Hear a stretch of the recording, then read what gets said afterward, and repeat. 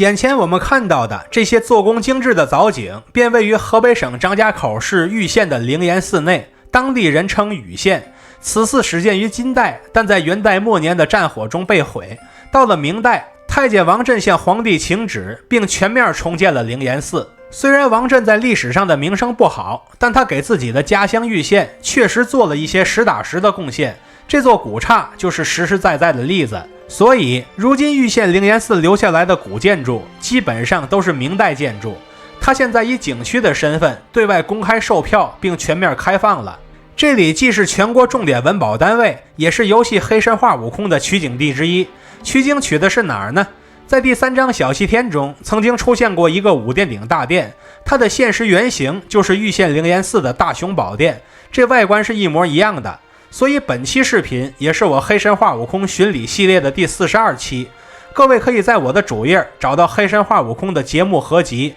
从而观看系列内的其他内容。在《黑神话：悟空》发售后不久，我和一个老朋友商量来着，打算自驾跑一圈河北，顺便跑一趟玉县，沿途就把灵岩寺给拍了。结果我一翻网盘，发现我以前去过玉县灵岩寺，就是2023年巡礼玉皇阁时，把灵岩寺也给一起拍了。完事儿就忘了个一干二净，直到这会儿才想起来。既然有现成的素材，那就直接把它剪出来，以方便各位天命人现场巡礼。大家好，我是徐工，这次一定点关注，下次旅行不迷路啊！目前我在这个地儿是河北省玉县的灵岩寺，又是一个清静景点，看左近除了我之外没有别人，又是包场。待会儿咱们就在一起好好逛逛这儿。我是2023年10月自驾过去的，车停在了玉皇阁的免费停车场，步行1公里左右就能抵达灵岩寺。我们能在途中看到灵岩寺的指示大牌子，它附近还有一块大石头，上边写着3个草书大字黄糕香。黄糕就是一种当地美食。这边还有个很时尚的小店，它可以通向灵岩寺的地宫。好巧不巧它关门了。玉县灵岩寺的票价是10块1张，我那年是刷京津冀年票进去的，不知现在的套餐里还有没有它。现在我们来到天王殿，此殿面阔3间，屋顶为单檐歇山顶，如今内部的造像均已无存。天王殿的梁架和斗拱上有颜色暗淡的玄字彩画，但颜色和轮廓都模糊了。不过拱眼壁上的水墨玄龙相对来说比较清晰，起码还能认出轮廓来。如今这座天王殿已被改建成了玉县五谷文化博物馆，殿内的玻璃展柜里堆满了各种粮食食物，具体的内容则是从远古农业的发展开始讲起来的。此外，在豫州文化篇还穿插介绍了少量的文物，当然只是图片了，后面就是对五谷知识的科普。虽然我们天天吃五谷，但还真不一定熟悉这些知识。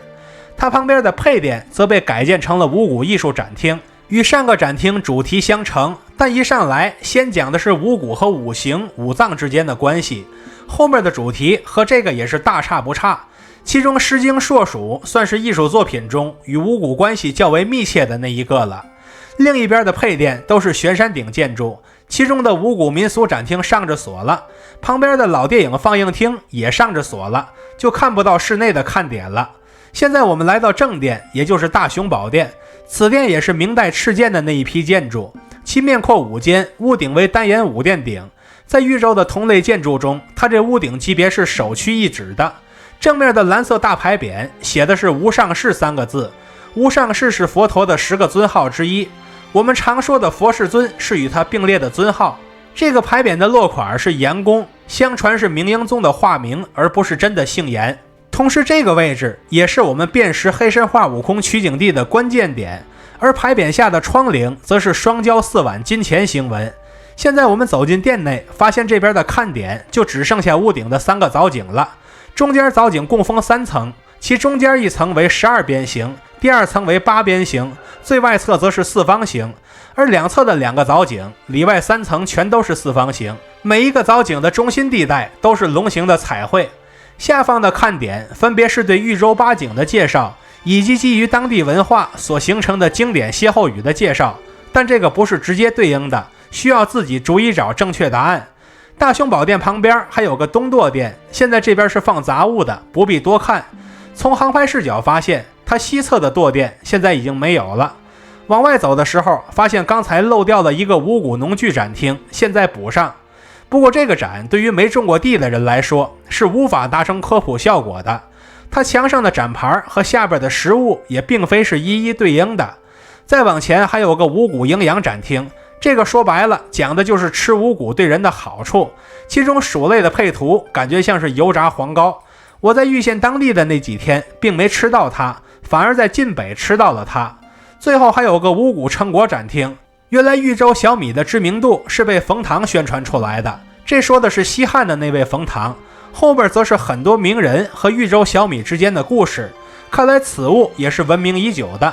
现场实物里没发现有小米，倒是发现了几瓶香醋，其中较为知名的醋便是著名的玉县苦荞醋了。至此我们就彻底逛完了玉县灵岩寺，这是我在河北玉县所实拍到的第3处黑神话悟空取景地。当初我用的那版京津冀套票里恰好包含豫州古城里的6个售票的文保单位，所以就连同玉皇阁、南安寺塔一起拿下了，严重怀疑杨琦买的也是这个票。